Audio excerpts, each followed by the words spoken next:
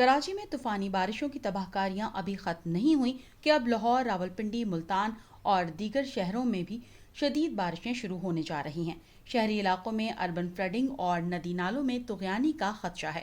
پہاڑی علاقوں میں لینڈ سلائیڈنگ کا بھی خطرہ ہے، جبکہ دریاؤں اور ندی نالوں میں پانی کے بہاؤ میں نمایاں اضافہ متوقع ہے۔ متعلقہ اداروں کو الرٹ جاری کر دیا گیا ہے۔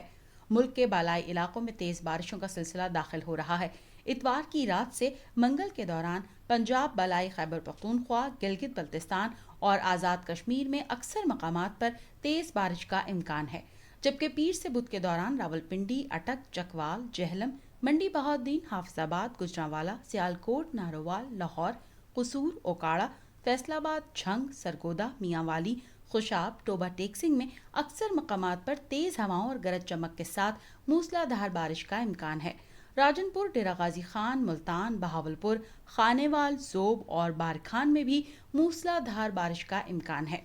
اس طرح پیر سے بدھ کے دوران دیر، سوات، بنیر، شانگلہ، کوہستان، ہری پور، مانسہرہ، ایبٹ آباد، پشاور، چارسدہ، سوابی، مردان، کوہاٹ اور کرم ایجنسی میں تیز ہواؤں اور گرج چمک کے ساتھ موسلا دھار بارش کا امکان ہے۔